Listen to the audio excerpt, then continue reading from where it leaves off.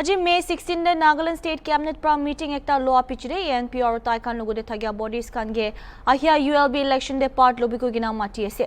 Minister of Power and Parliamentary Affairs KG Kenya pra kushi ki ULB election do women's reservation nimide bishi deri larai kuria pichire Supreme Court pa kwa khota mani gina loi ase aru idu khan public laga welfare nimide loi ase. Agire Kenya pra Enpo laga Frontier Nagaland Territory mamla de kiniga huise idu opor bi jankari dishe. Yeah. The cabinet meeting today dwelt on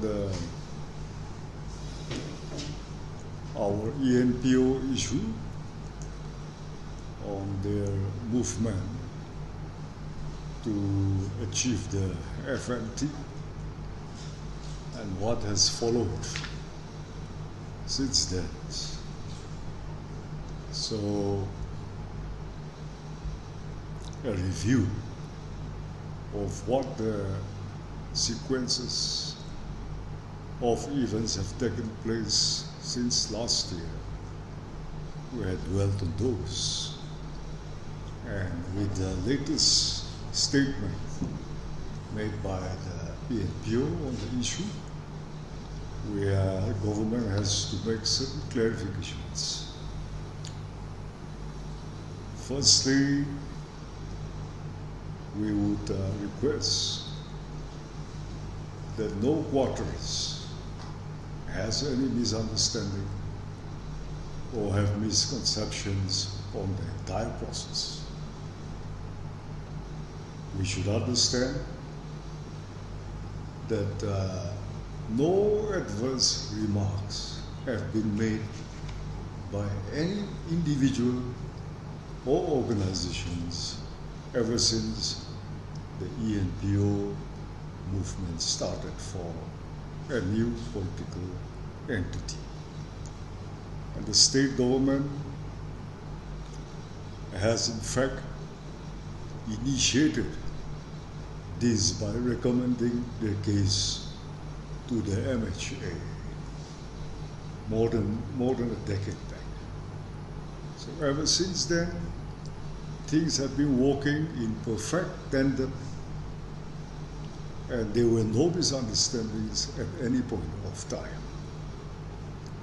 So, the state as such, as you are aware, was not a party in the talks, and it was a direct meeting between the Enpo and the Ministry of Home Affairs. All the while since 2011. And it is just few months that the state government of Nagaland had come into the picture after the state government paid a visit to Delhi and interacted with the Ministry of Home Affairs and Minister Home himself, that the state insisted that it should also be taken into confidence and that it should be a three-party talks in whatever concerns the aspiration of the Enpo. So a tripartite talks proposal was made by the state government in October last year, following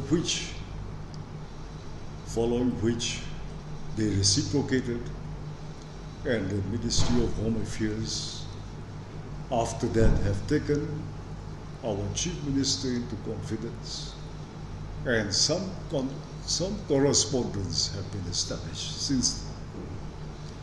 Now, the latest issue pertains to a draft letter received from the Ministry of Home Affairs, letter received from the MHA,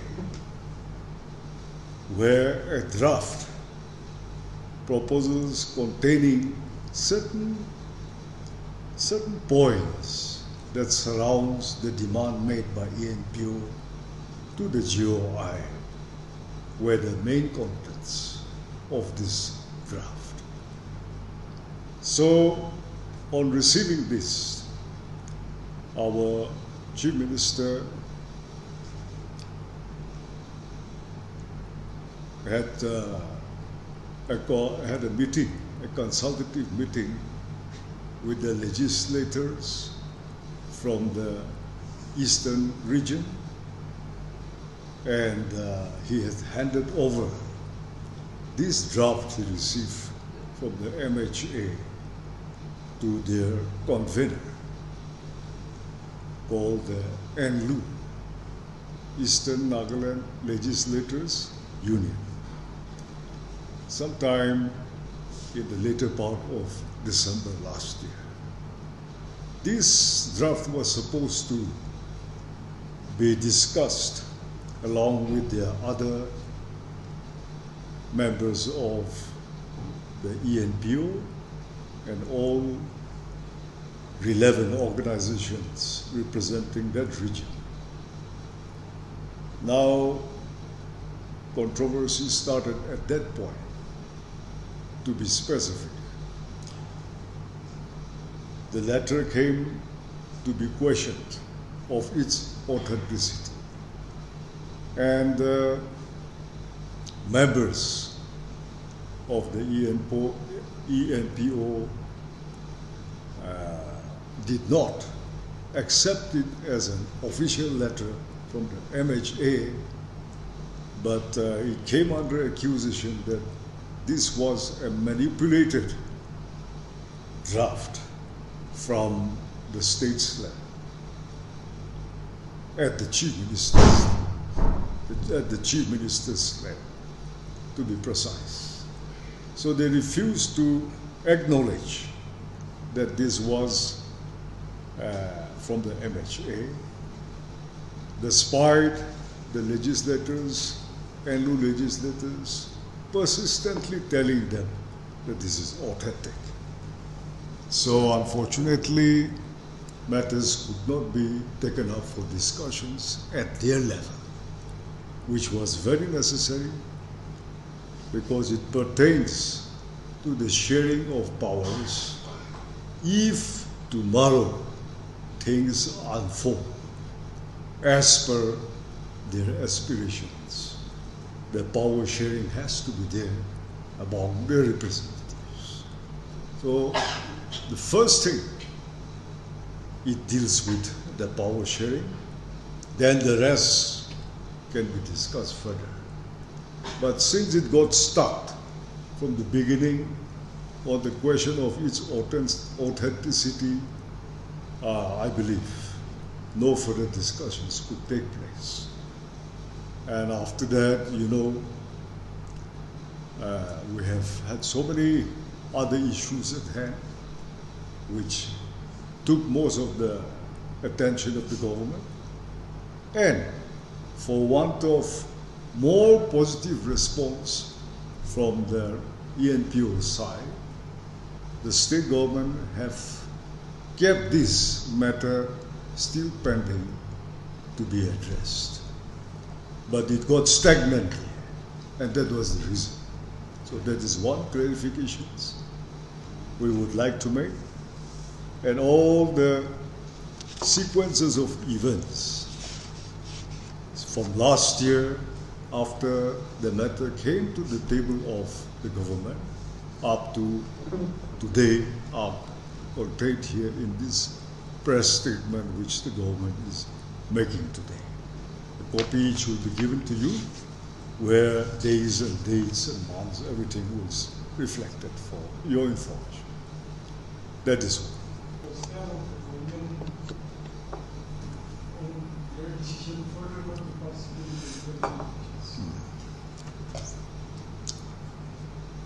So, you're all right with the first point.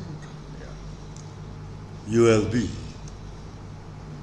ULB is something we're also familiar and have been anxiously awaiting for this day when it would be conducted. As you see, this is a welfare and development oriented council. whether it be municipal or the town councils. And it is a semi-autonomous body for local self-government to manage their own affairs at their own local levels. So it is something to facilitate and usher in developments in their respective town councils and municipalities. So it is for the benefit of the citizens residing in those towns and municipalities. The government has formed the State Election Commission, which is acting as the catalyst to conduct the elections. Now the government has its role to play in as far as constituting these bodies are concerned. But because of certain problems, which you are well familiar, we have not been able to set this process for more than 2 decades. And finally, we have come to a stage where we have cleared all the hurdles and about to start the process of constituting these councils. Now, I don't know why this has to be seen as a means to register their resentment and their protest on their demands, which already is under process at a higher level.